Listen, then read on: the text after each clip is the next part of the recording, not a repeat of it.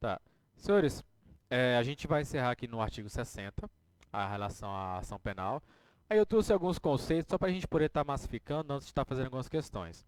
Dentre eles, para que seja proposta uma ação penal, existem algumas condições.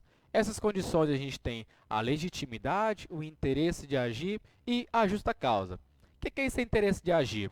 Vamos supor que o seguinte, estejam oferecendo a denúncia em relação ao autor, que quando foi verificar, já está extinta a punibilidade dele. Ora, se já está extinta, não há por que oferecer essa denúncia, não há por que continuar com esse processo, logo ela é rejeitada. Então, isso é um dos exemplos de interesse de agir. Legitimidade.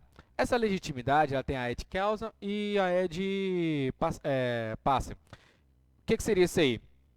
Exemplo, um crime de ação penal pública condicionada não pode proceder sem a representação do ofendido.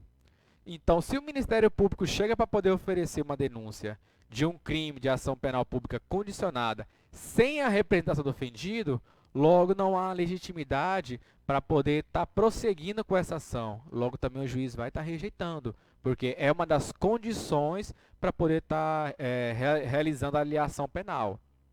E por último, a justa causa. O que seria essa justa causa? É indício suficiente de autoria e materialidade, de que existia um crime ali de fato. Se não existir indício suficiente disso, e simplesmente não existia um autor específico, não há uma justa causa para poder estar também continuando aquela ação penal. Então, esses trechinhos são questões, comum cair em questões, é só para a gente poder lembrar. Condições de poder iniciar uma ação penal. É a legitimidade, interesse de agir e justa causa. Tá. Aqui eu coloquei as espécies de ações só para a gente poder estar fazendo um organograma e pegando um pouquinho melhor.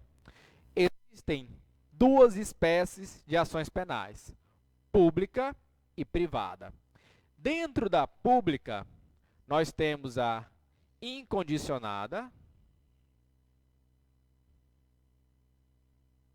e temos a condicionada.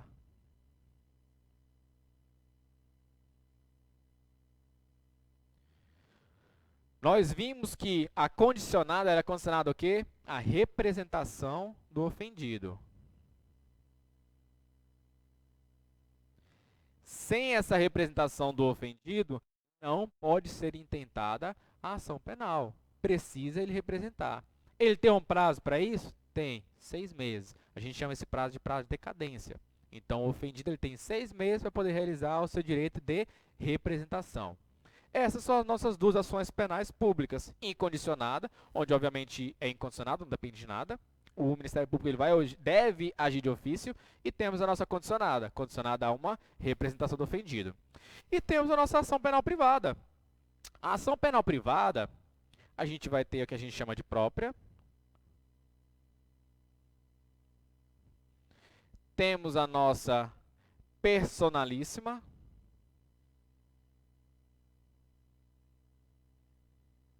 E temos a nossa subsidiária da pública.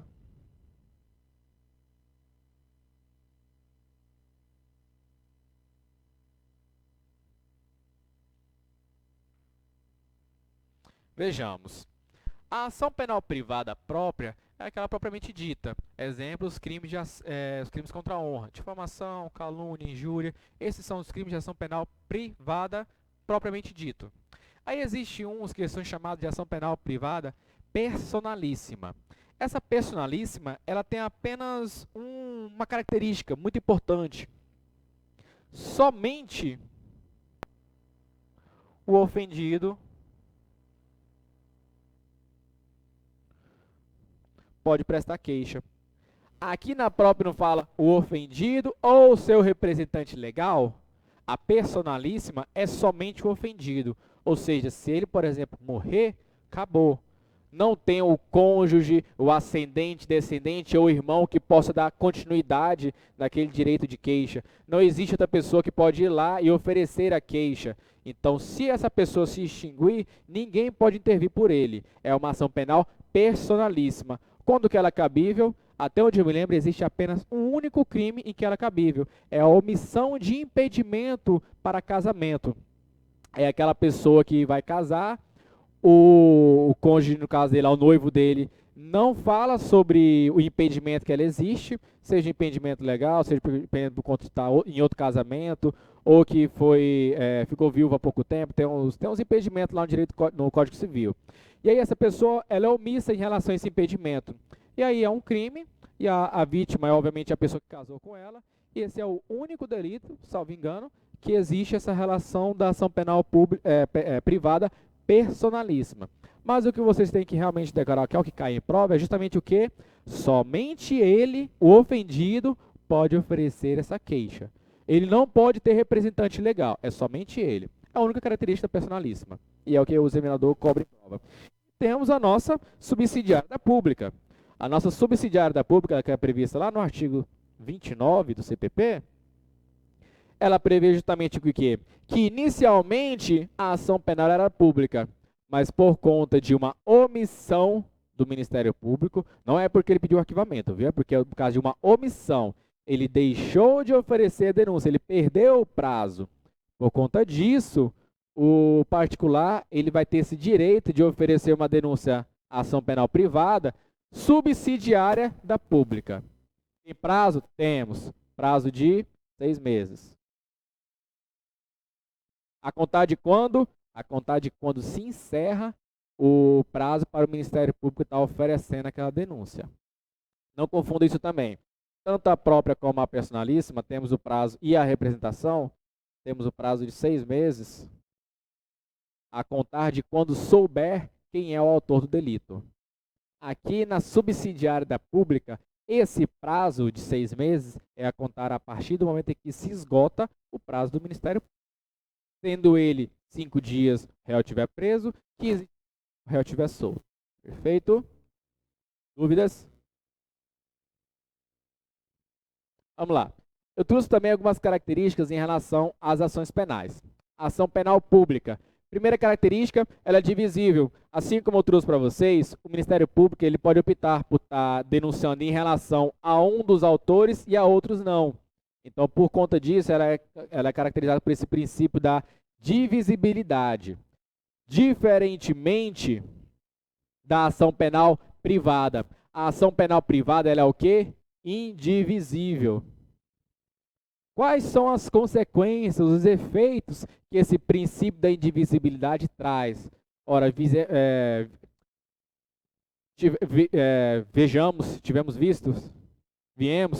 como é que tá a palavra. Nós vimos que lá no artigo 48 é previsto justamente o quê? A renúncia a todos se estenderá. O não oferecimento da denúncia em relação a todos se estenderá. O perdão em relação a todos se estenderá. Isso é o princípio da indivisibilidade. Então, por conta desse princípio da indivisibilidade, o ofendido ele só pode fazer uma coisa em relação a um dos autores se for se estender a todos os demais. Ele não pode oferecer a denúncia em relação a oferecer a denúncia não, oferecer a queixa em relação a e aos outros dois não. Diferentemente da ação penal pública, que ela é divisível. Tá. Segunda diferença, aqui é oficioso, significa dizer que o Ministério Público ele deve agir de ofício.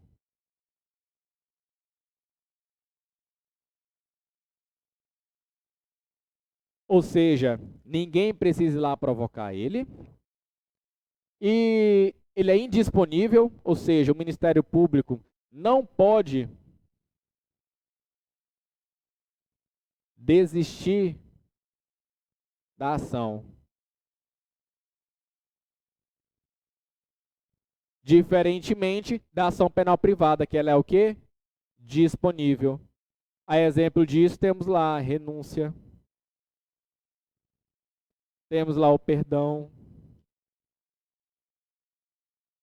A percepção é uma forma indireta de deixar de dar andamento à ação penal privada.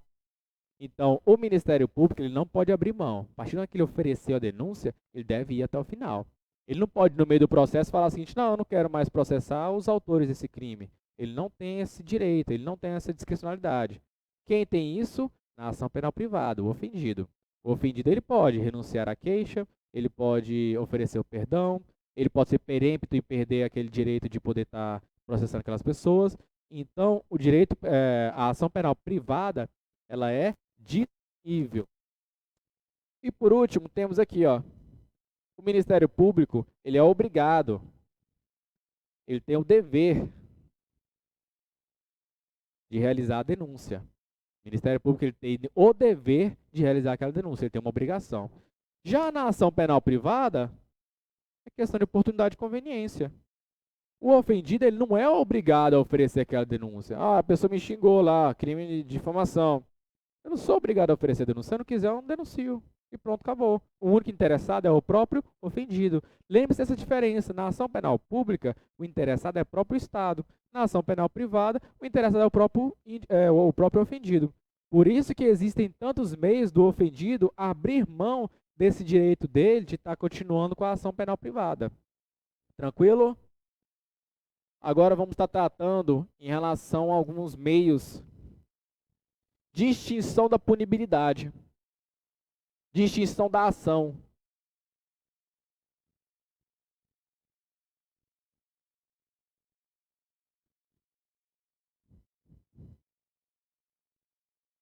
Vamos lá. Deixa eu ver aqui. Essa retratação da representação. Representação em qual tipo de ação? Pública. Posso me retratar dela? Posso. Até quando? É retratação, gente, não é decadência, tá bom? Ele pode retratar-se até o oferecimento da denúncia. Ele pode se retratar até o oferecimento da denúncia. Depois do oferecimento, ele não pode mais se retratar da representação. Estamos tratando, representação é ação penal pública condicionada. Professor, e se for um crime de ação penal pública incondicionada, exemplo, roubo. Aí a pessoa me roubou, fui vítima do roubo, eu fui lá, denunciei, obviamente, teve inquérito policial, foi mandado os autos para o Ministério Público, e antes do Ministério Público oferecer a denúncia, eu chego e falo, eu, vítima, chego e falo, não, Ministério Público, não precisa mais não, quero me retratar. Tem essa possibilidade? Não, porque é uma ação penal pública incondicionada, independe da sua vontade.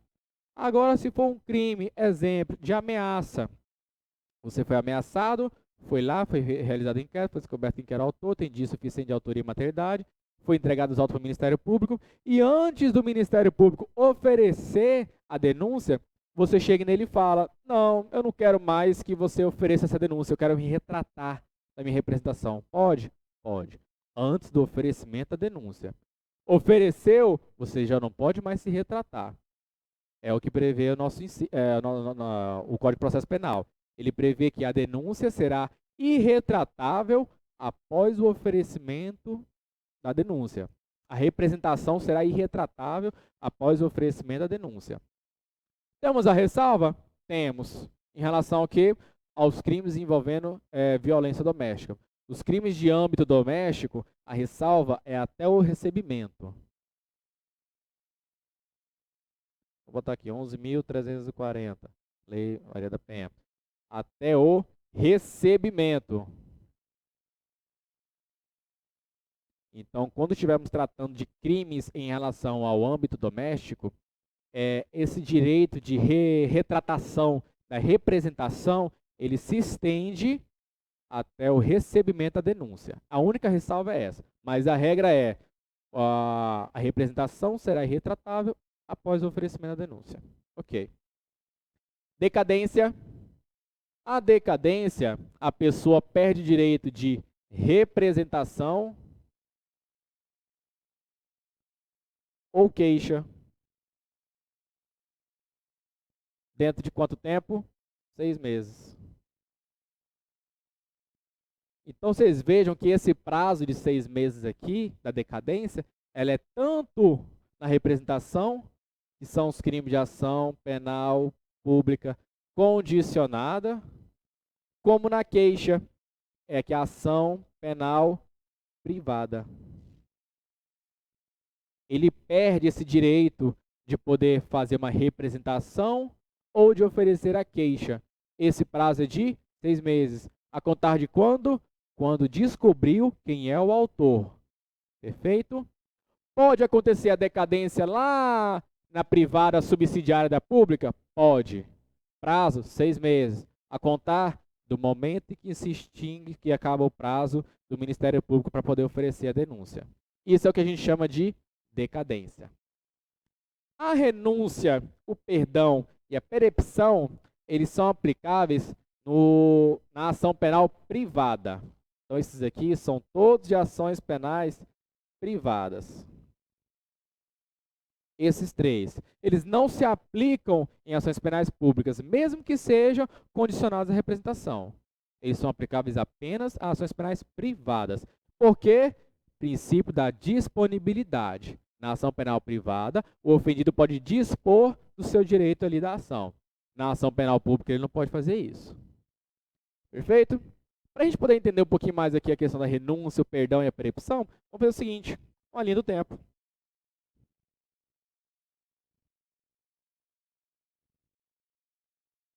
Vou botar os negocinhos maior aqui, senão não cabe não.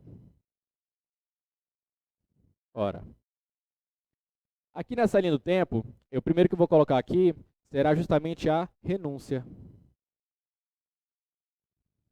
Essa renúncia, ela é até o recebimento da queixa. Aqui é o recebimento da queixa. Antes de ter esse recebimento da queixa por parte do juiz, o ofendido ele pode renunciar essa queixa. Olha, ele ofereceu, mas ele quer renunciar. Houve aqui, ó, o oferecimento. Mas após ele oferecer, ele se arrependeu e ele quer renunciar. Pode? Pode. A renúncia a um dos autores se estenderá aos demais. A principal característica é essa. E essa renúncia é até o recebimento. Renúncia, tá bom, senhores? Não é retratação. Não confundam. É renúncia do direito de queixa. Ok. E se acontecer o recebimento, o que ele pode fazer agora? Ele pode aplicar o perdão. O perdão, ele é aplicado após o recebimento da queixa e antes do trânsito em julgado.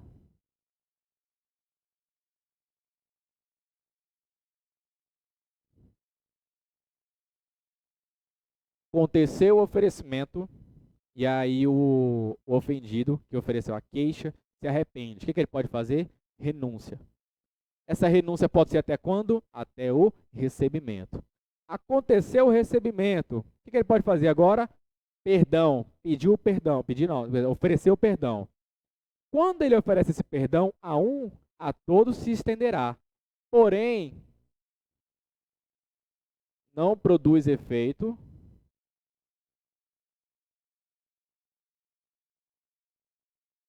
aquele que não aceitar.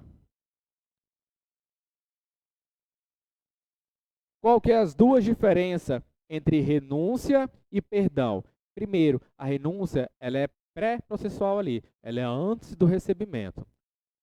Segundo, a renúncia, o autor não precisa aceitar. Se ele renunciar, o autor não precisa dizer nada. Quando a gente vem aqui para o perdão, temos já uma diferença. Primeira diferença, que é após o recebimento, antes do trânsito em julgado. Acabou o trânsito em julgado, não tem mais o que fazer, né? A pessoa já foi sentenciada. Mas antes do trânsito em julgado, ela pode oferecer o perdão. Qual que é uma das diferenças? O perdão precisa ser aceito. Se um dos querelados não aceitar o perdão, ele vai continuar respondendo o processo, normalmente. E os outros que aceitarem, terá extinta a sua punibilidade. Perfeito? Dentro desse processo aqui, existe ainda o instituto perepção. A perepção nada mais é do que uma negligência. É uma negligência por parte do ofendido. Ele é omisso, ele começa a faltar às audiências, deixa de passar mais de 30 dias sem dar continuidade à ação. Se ele falecer, não apareceu ninguém dentro de 60 dias para poder dar continuidade. Ele extinguiu a empresa dele sem dar uma sucessora, entre outros atos. Então, a perepção é quando ele simplesmente é omisso. A renúncia e o perdão, ele precisa expressar aquilo.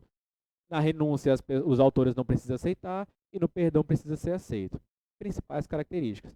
Sabendo disso aqui, a gente mata muita questão tranquilamente. Tranquilo? Posso apagar?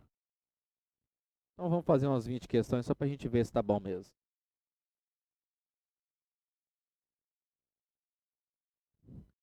Faça uma linha do tempo, senhores, me ajuda muito.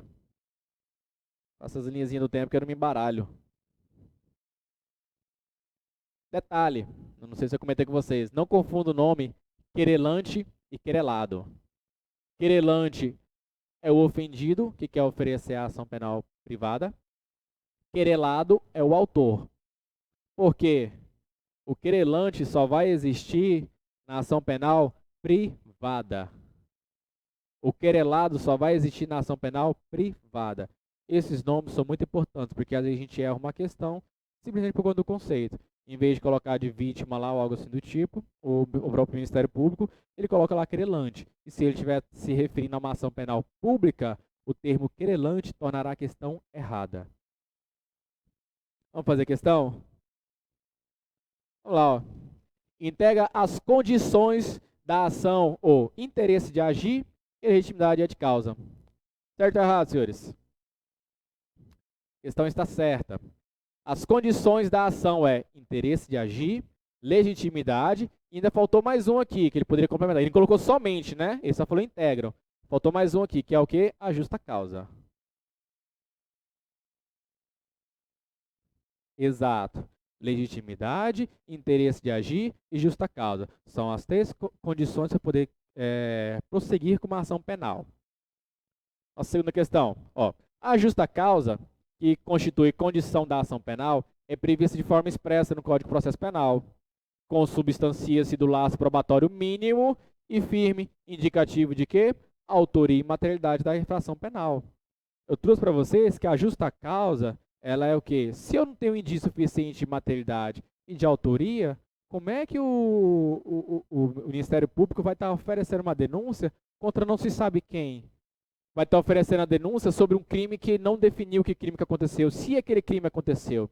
Então, na hora de oferecer a denúncia, primeira coisa, deve verificar se, por exemplo, foi extinta a punibilidade da pessoa. Eu já recebi situações de denúncia de crimes que aconteceram há mais de 20 anos. Estava extinta. Não adiantaria eu oferecer essa denúncia com o Ministério Público, porque no Ministério Público, na hora que verificasse ela, na hora de analisar suas condições ali, ele verificaria que já está extinta a punibilidade. Logo, não há o quê? Interesse em agir. Segundo, justa causa. Se eu, por exemplo, sou uma pessoa fora daquela ação penal privada personalíssima, sou simplesmente o irmão dela, eu não posso ir lá e oferecer a queixa por ela. Então, se não tiver essa condição da legitimidade, nesse caso do polo ativo, a denúncia também não poderá ser recebida. E a terceira, a justa causa. Se eu não tiver indício suficiente de materialidade e autoria, não há por que aceitar uma denúncia. Eu vou aceitar uma denúncia vaga sem ter um autor específico, sem que quem botar como no polo passivo. Eu vou aceitar uma denúncia sem ter uma materialidade, sem ter um crime comprovado que pelo menos aconteceu. Não pode fazer isso. Então, são essas três condições para poder prosseguir com a ação penal. Fora isso, questão correta, perfeito. Vamos lá. A ação penal pública incondicionada ela é promovida mediante. Estamos falando de quê? Ação penal pública e ainda incondicionada.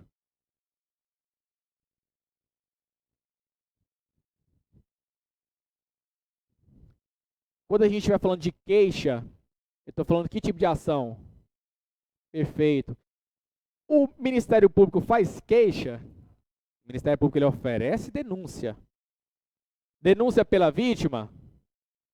Denúncia pelo Ministério Público? Perfeito, senhores. É denúncia pelo Ministério Público.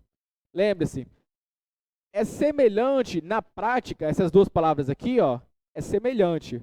Mas na teoria que na prova, elas têm diferença. Então, a gente não pode confundir os conceitos de queixa e denúncia. A queixa é para ação penal privada. A denúncia é para ação penal pública. Questão 5. A ação penal pública pode ser incondicionada ou condicionada à representação. Ponto. Em relação à ação penal pública condicionada à representação, há exigência de manifestação do ofendido ou de quem tem a qualidade para representá-lo. Acerca da ação penal pública condicionada à representação, julgue. A representação é uma condição de procedibilidade da ação penal e sua ausência impede que o Ministério Público de oferecer a denúncia. Certo ou errado? Perfeito, senhores. A representação é justamente uma condição para o Ministério Público poder oferecer a denúncia. Se o crime ele é de ação pública condicionada e não ter representação, vai faltar o quê? Legitimidade no polo ativo.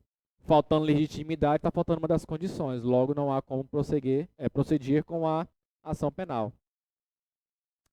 A ação penal privada subsidiária da pública é cabível quando o Ministério Público arquiva o inquérito sem realizar a fundamentação adequada. E aí? Depois que o Ministério Público arquiva o inquérito, o ofendido pode fazer alguma coisa? A vítima? Ela pode fazer uma coisinha só. Dentro de 30 dias ela pode meter um recurso para poder estar fazendo a revisão desse arquivamento. Mas ela pode fazer uma ação penal pública subsidiária? Não pode. Somente quando? Somente quando o Ministério Público for omisso e perder o prazo para oferecer denúncia. Esse caso aqui, ele não foi omisso, ele determinou o arquivamento. São duas situações diferentes. Questão 7. As limitações de renúncia e o perdão do ofendido são decorrentes da indivisibilidade da ação penal privada. Ele está perguntando que a renúncia e o perdão, essas limitações, são decorrentes da indivisibilidade. Lembra a hora que eu coloquei lá a renúncia e o perdão, que estão relacionados ao princípio da indivisibilidade? Porque se eu oferecer contra um, a todos se estenderá? Então a questão está correta quando ele fala que essas limitações em relação a esses institutos é por conta do princípio da indivisibilidade. Está perfeito. A renúncia contra todos se estende por conta disso, porque ele é indivisível, a todos se estenderá. Eu não posso escolher um e dividir ali, não, a renúncia vai ser para um, para outro não. Não posso fazer isso. Então essas limitações do direito de renúncia e o perdão são decorrentes diretamente do princípio da indivisibilidade. Questão 8. Ó. Ocorrerá a perempção se o representante deixar de comparecer sem motivo justificado a qualquer ato do processo que deve estar presente. Perfeito. E se ele deixar de dar continuação na ação, qual que é o prazo que ele pode deixar de dar continuação? Deixou de dar continuação na ação. Por quantos dias que vai ficar perempta? 30 dias. E se ele morrer, qual o prazo para que uma pessoa, seja o cônjuge, seja o ascendente, descendente ou irmão, possa voltar a dar continuidade? 60 dias. Decorre esses prazos. A representação da vítima é uma condição de procedibilidade para a ação penal que dispensa formalidade, bastando a intenção das vítimas em autorizar essa persecução penal. Certo ou errado? A questão está certa. Quando ele fala essa partezinha aqui, ó, que dispensa a formalidade, o que ele está querendo dizer?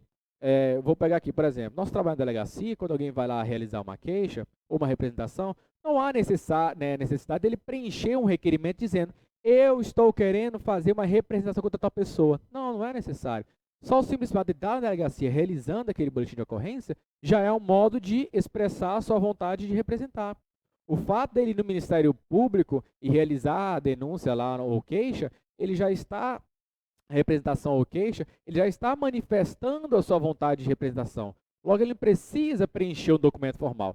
Claro, se ele for, por exemplo, no Ministério Público e oferecer uma representação, vai ser colocado digitado, né? Vai ser colocado em termo, mas não existe uma formalidade expressa por conta disso. Logo, qualquer ato de manifestação é considerado uma representação. Questão 10. Ó. O homem que causar em sua companheira lesão corporal decorrente de violência praticada no âmbito doméstico e familiar deverá ser autuado em flagrante delito, sendo a ação penal pública incondicionada. E aí, senhores?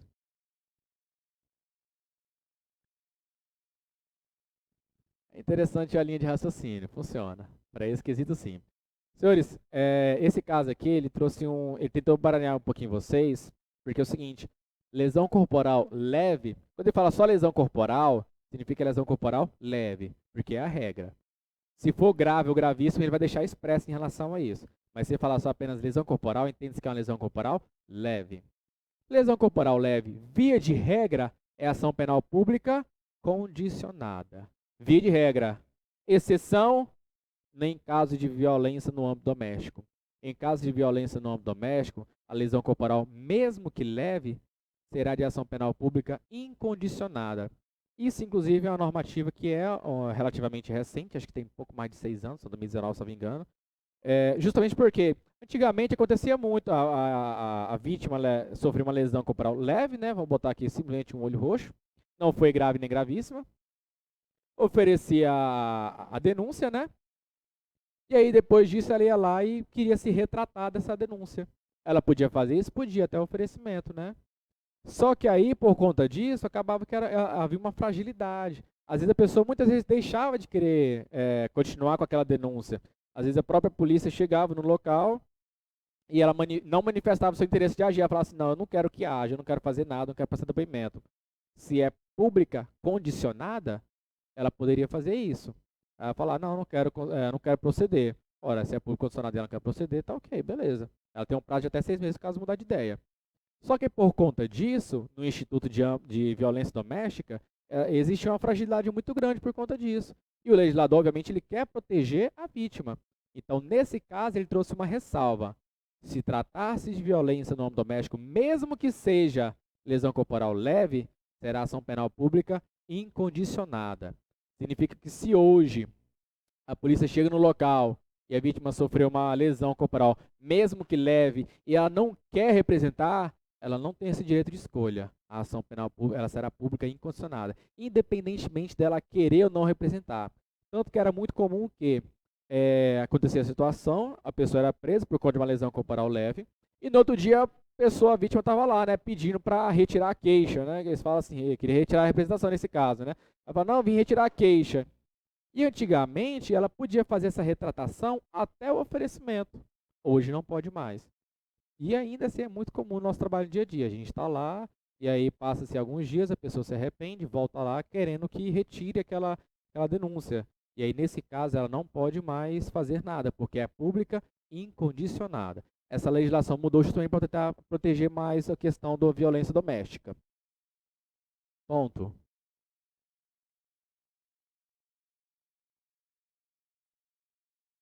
Claro.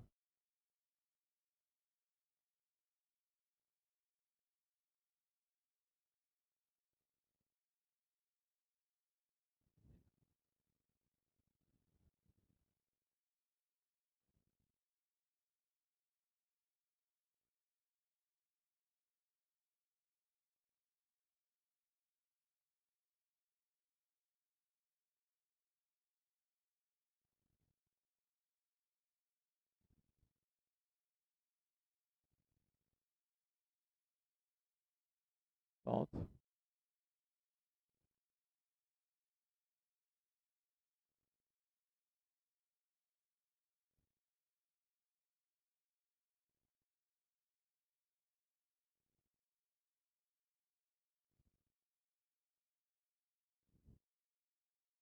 Ok.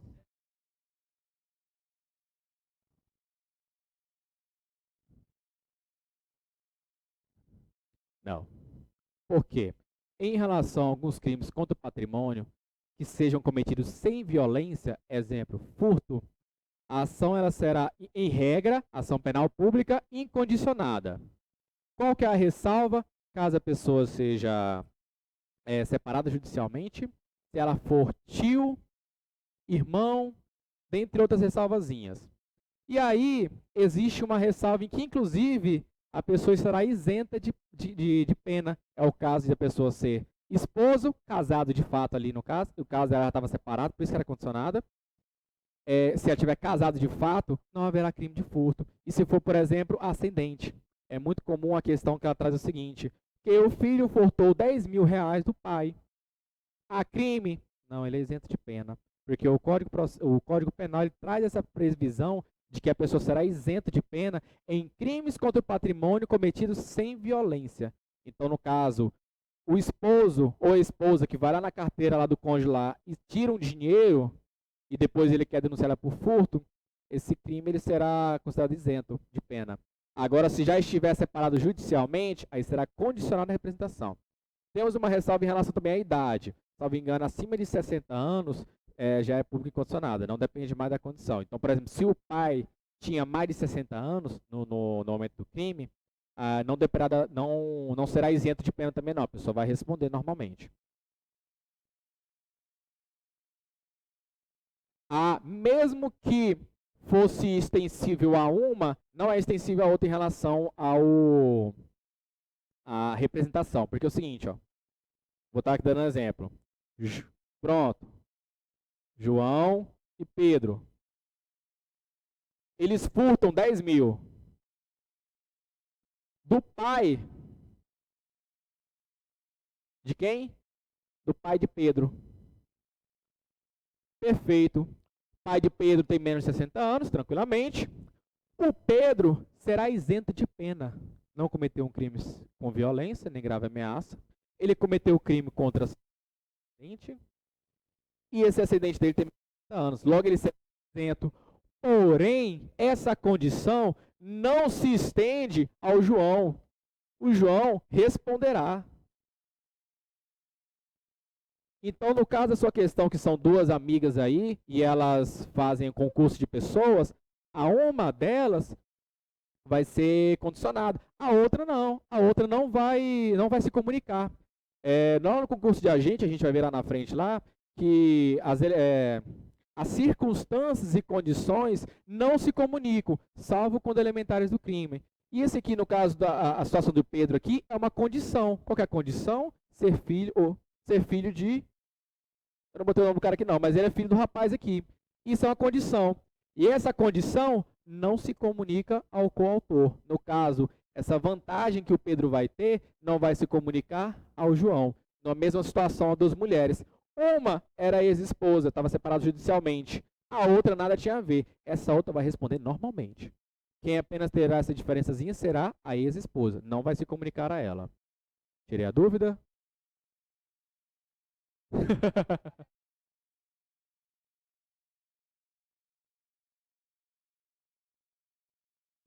Grave ameaça ou violência. Se for, por exemplo, não é o CAD exatamente, é sendo ascendente. E se for, por exemplo, irmão, aí já é condicionada. Tio, condicionada.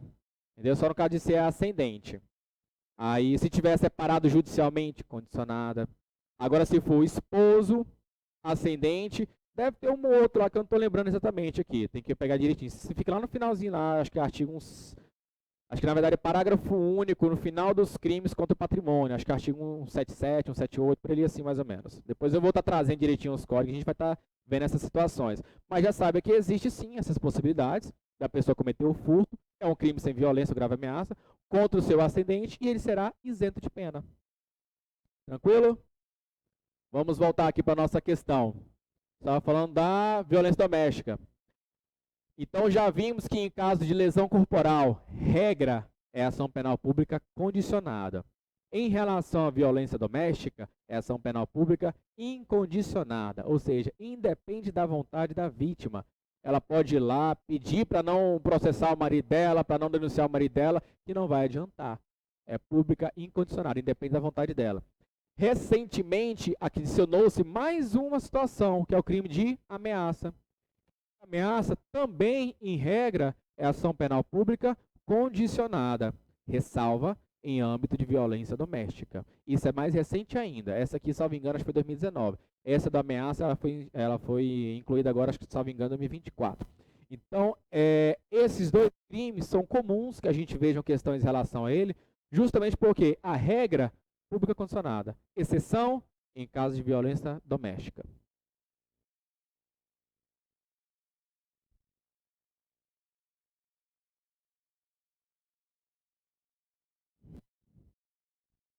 Vamos lá.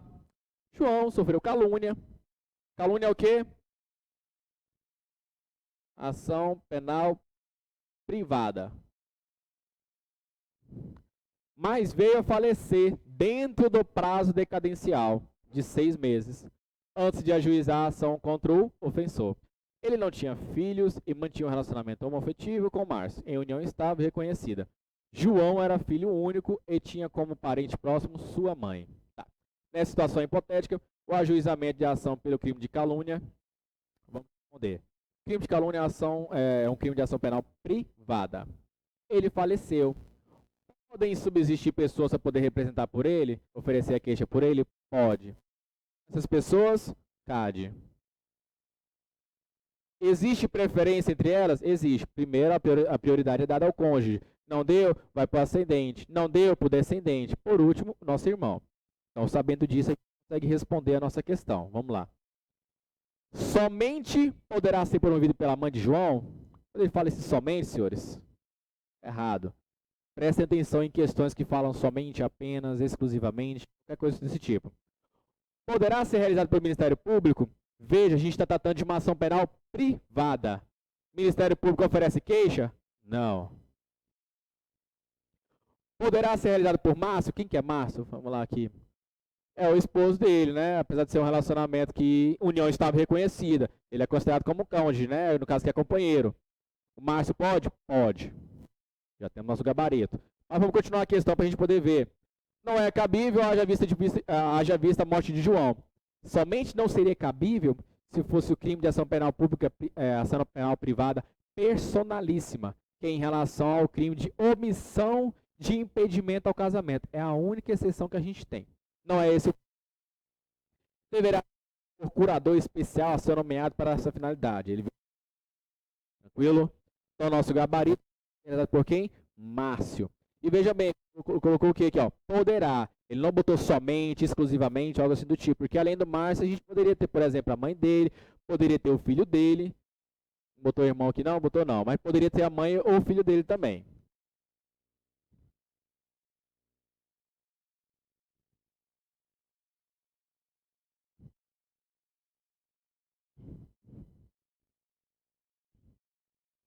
Vamos lá, próxima questão. Maria foi vítima de estupro praticado por um desconhecido em um parque. Ponto. Ao comparecer na delegacia, ela comunicou formalmente o ocorrido, submeteu seu exame de corpo de delito, comprovou a violência sexual. Em seguida, foi feito o retrato falado do estuprador. Apesar dos esforços da autoridade policial, o autor do crime somente foi identificado e reconhecido pela vítima 7 meses da ocorrência do fato. Nessa situação hipotética, concluídas as investigações, o Ministério Público deve... Vamos lá, qual crime que a gente está tratando aqui? Estupro. Identificou, teve autoria, teve materialidade, né? Comprovou a violência sexual, temos a materialidade. Identificou o autor, apesar de que foi 7 meses após a ocorrência do fato, mas temos a autoria. E nesse caso, o Ministério Público deve fazer o quê? Oferecer a denúncia, visto que estão presentes as condições da ação penal. Manifestar-se pelo arquivamento por falta de interesse de agir. Manifestar-se pelo arquivamento por falta de impossibilidade. Oxe. A possibilidade jurídica do pedido, não faz muito sentido não, mas tá ok. Manifestar-se pelo arquivamento do inquérito por falta de justa causa. Oficiar a vítima para que ela informe se ainda tem interesse na propositura da ação penal. E aí, senhores?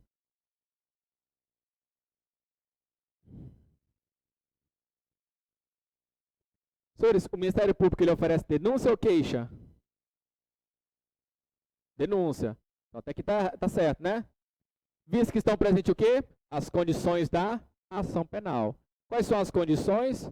Legitimidade, interesse de agir e justa causa.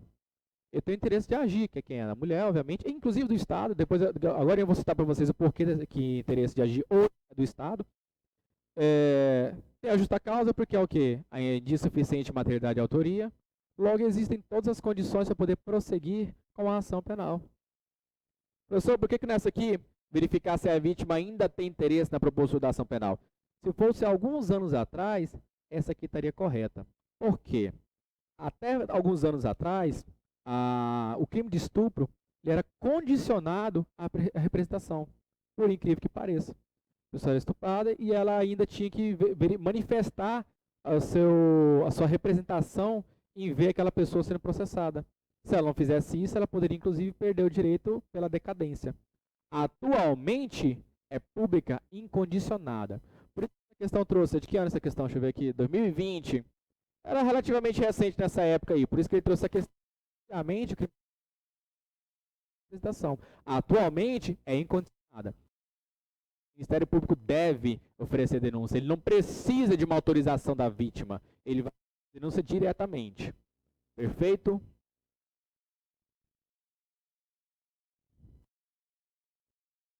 Ó, acerca da ação penal, julgo íntimo a seguir. Havendo inércia. O que é inércia? Omissão e negligência. O Ministério Público não fez nada. Em oferecer denúncia, a titularidade penal passa ao ofendido, que atuará no polo ativo. Segura. Em caso de pedido de arquivamento de inquérito policial pelo Ministério Público, o juízo poderá designar outro promotor para dar início à ação penal. Em se tratando de ação penal privada, se houver pluralidade de agentes, o ofendido não poderá processar apenas um dos autores do delito. Nas ações penais condicionadas à representação, poderá ser realizada oralmente, desde que devidamente reduzida a termo por autoridade competente. Senhores, quando a gente vai resolver questões assim que são de múltiplas aqui, a gente pode ir eliminando algumas, a gente tem que primeiro, que a gente tem certeza. Qual dessas quatro aqui vocês arriscam dizer para mim, de uma delas que você tem certeza que está certo ou errada? Vamos por parte. A 3 é a certeza que está o quê? Certa? Vamos lá. Se tratando de ação penal privada, se houver pluralidade de agentes, ou seja, de autores, o ofendido não poderá processar apenas um dos autores do delito. Isso aqui está ligado a qual princípio? Da indivisibilidade. A nossa 3. Então tá ok. Todo mundo que não tiver 3, a gente tira. 1 e 2, tiramos. Letra D, tiramos. Perfeito. Então vamos lá. Você falou 1 aquela hora, certo? Havendo inércia do Ministério Público em oferecer a denúncia, a titularidade da ação penal passa ao ofendido, que atuará no polo passivo. Está incorreto? Por quê? Exato. O titular da ação pública sempre vai ser o Ministério Público. Professor, mas você não falou para mim que se não oferecesse a denúncia, o ofendido podia ir lá e oferecer a privada, a subsidiária pública? Pode, mas ele vai apenas oferecer a denúncia.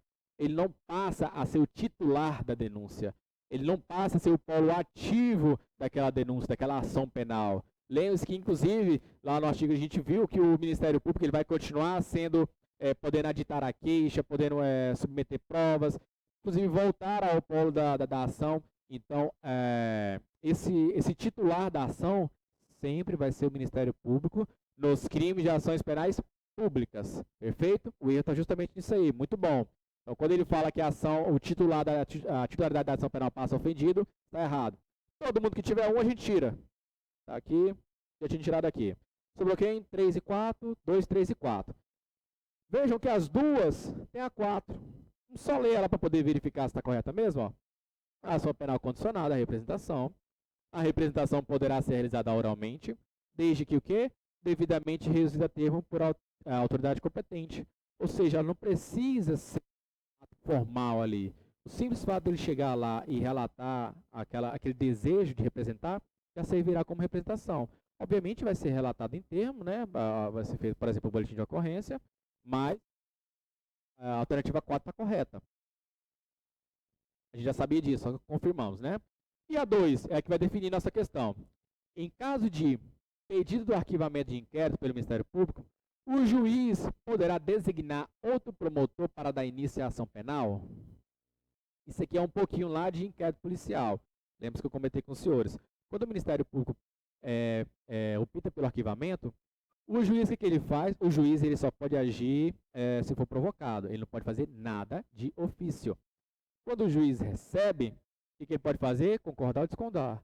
Se ele, caso não concordar, ainda assim ele vai devolver os autos para o Ministério Público. O que vai acontecer? Esses autos vão subir para o superior do Ministério Público, supervisor no caso. Mas o próprio juiz não pode fazer nada em relação a isso. Falar assim, não, eu não concordo com você, eu quero que outro Ministério Público verifique isso. O juiz não pode fazer isso. Quem pode fazer isso é só o próprio Ministério Público. O Ministério Público ele é independente. Lembre-se bem disso, o Ministério Público ele é independente. O juiz não tem competência para poder determinar como o Ministério Público vai estar atuando em relação àquele processo. Eles são dois âmbitos independentes. Assim como o Ministério Público não pode intervir em qual juiz, por exemplo, pode estar intervindo, o juiz também não pode estar intervindo em qual Ministério Público vai estar intervindo. Existe a independência entre eles. Então, o que o juiz pode fazer é concordar ou não. Mas se ele não concordar, simplesmente esses autos vão voltar para o Ministério Público e vão subir para o seu supervisor. Aí, quando subir para o supervisor do Ministério Público, vou botar aqui com o PGR, por exemplo, ou o PGJ, Procurador-Geral da Justiça, ele vai analisar, se concordar com o arquivamento, vai arquivar. Se não concordar, aí sim esse supervisor vai poder determinar outro Ministério Público.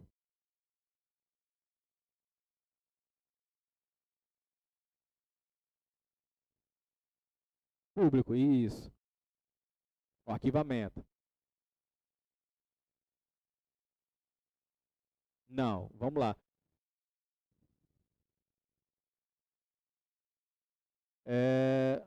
Representar poderá. Não, como é? Houver pluralidade de agentes. Não, desculpa. Dois? Aqui. Arquivamento policial pelo Ministério Público. O que acontece? É pedido de arquivamento. Não é arquivado já. O inquérito policial está aqui, ó. Chegou na mão do Ministério Público. O que o Ministério Público pode fazer? Pedir o arquivamento. Pode devolver os autos.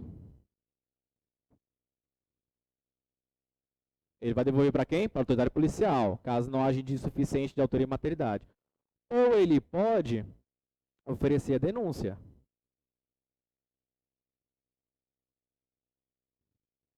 Quando ele opta pelo arquivamento, ele vai apenas meio que comunicar ao juiz, falar assim, ó, inquérito, pois é, estou arquivando. Aí o juiz ele pode se manifestar, falando o seguinte, manda por gentileza, o juiz em si, ele não vai falar o seguinte, não, me dá aqui esse inquérito, você está equivocado, outro promotor que vai oferecer a denúncia. O juiz não pode fazer isso. O juiz vai apenas analisar se concorda ou não. Ah, o juiz discordou, tudo bem. O inquérito vai para quem? Para outro Ministério Público lá em cima, PGJ, vamos chamar ele assim, ó. Aqui está o Ministério Público, aqui está o juiz apenas verifica, mas esse inquérito, quem vai dar o aval final vai ser o Procurador-Geral de Justiça. Então esse inquérito ele vai aqui para cima. O que o Procurador-Geral de Justiça pode fazer? Ele pode concordar com o arquivamento, e nesse caso ele vai diretamente ser arquivado. Ele pode discordar do Ministério Público Inferior, da outra instância aqui, e designar um outro promotor para poder oferecer essa denúncia. Mas quem designa esse outro promotor é o próprio Procurador-Geral de Justiça. É o Ministério Público que está mais acima, tá? Em termos mais leigos. Aqui, que ele disse? Ele disse que o próprio juiz ia fazer isso, designar outro promotor. E não é o próprio juiz. É somente o supervisor do Ministério Público, ou seja, o Procurador-Geral de Justiça, o PGJ. É somente ele que vai poder designar outro promotor para poder estar verificando aquele inquérito policial, para ver se realmente vai arquivar, se vai proceder a oferecer denúncia ou não. O juiz não pode dar palpite nisso. Lembre-se, imparcialidade, o juiz tem que ser imparcial. Se o juiz ele insistir que deve ser oferecida a denúncia, ele está sendo imparcial. Ele já está querendo acusar o cara, você está querendo insistir em receber aquela denúncia, ele não pode fazer isso. O que ele verifica é a legalidade. Está sendo legal? Ok. Discordei? Eu não posso fazer nada, eu vou apenas pedir para que seja mandado para o seu supervisor ministerial. E se o supervisor ministerial concordar com o arquivamento, o juiz vai calado, vai ter que aceitar esse arquivamento, ele não vai poder fazer mais nada. Aí existe uma outra situação. E se o ofendido discordar? Fala o seguinte, mas rapaz, aquela pessoa cometeu aquele crime comigo, como assim estão arquivando esse inquérito? Eu discordo. A pessoa pode fazer alguma coisa? Pode. Se bem aqui, ó, o juiz concordou, o juiz não falou nada, não mandou lá para o PGJ, e o ofendido discordou desse arquivamento, ele pode fazer alguma coisa? Pode. Ele vai mandar um recurso para quem? O supervisor. Dentro de quanto prazo? 30 dias.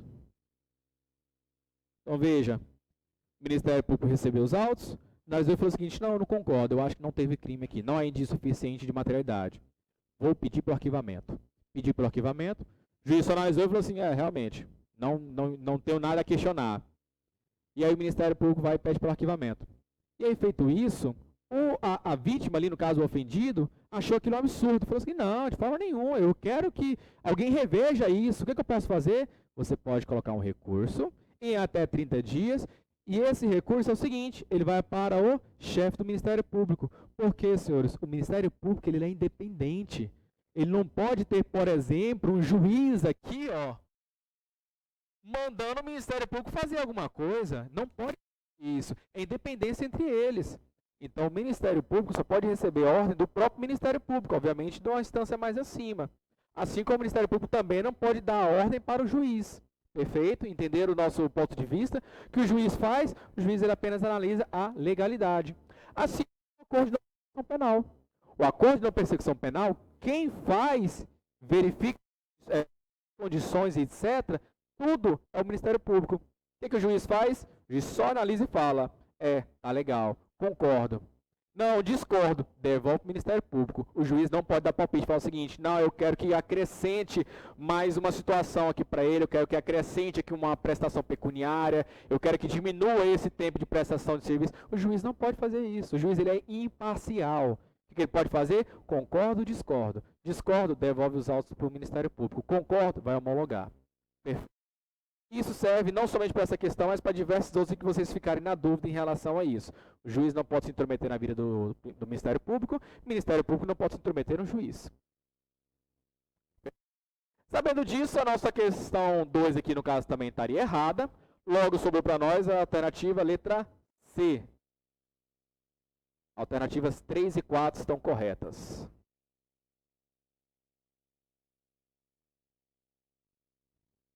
Posso apagar, tranquilo? Pronto. Mas já, moço, tá cedo.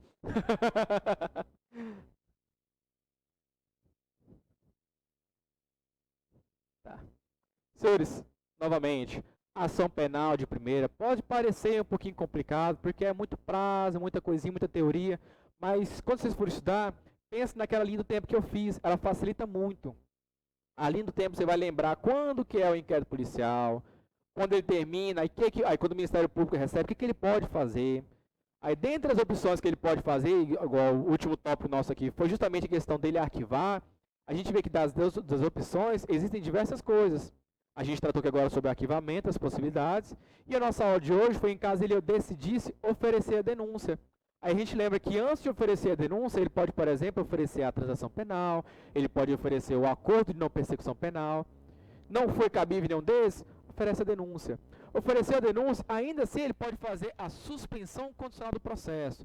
A gente não estudou isso hoje porque isso são coisas lá da Lei 9.099, de 95. Então não é tema específico da nossa aula, mas só para vocês saber qual a linha do tempo e quais as decisões que o Ministério Público vai poder estar tomando nesse momento. E aí, quando o Ministério Público ele decide pelo oferecer a denúncia, a gente está tratando de crimes de ação penal pública, a gente vê que existe a retratação, que era até o oferecimento da denúncia. A gente vê que entre o oferecimento da denúncia e o recebimento pelo juiz, existem prazos, seja o réu preso, 5 dias, seja o réu solto, 15 dias. E a gente vê que após o recebimento da denúncia, aí que vai começar a ação de fato. Perfeito? Aí que o juiz vai começar a atuar de verdade. Até então o juiz estava só dando palpite ali, vamos dizer. Durante o inquérito policial, o juiz só dá palpite. Durante esse prazo entre oferecimento e recebimento da denúncia, o juiz também só dá palpite. Depois que ele receber a denúncia, aí sim, aí o processo está na mão do juiz. Aí começa instrução de audiência, julgamento e começa a ficar lindo demais. A gente vai pegar tudo. Perfeito, senhores? Obrigado, tenham uma boa noite aí.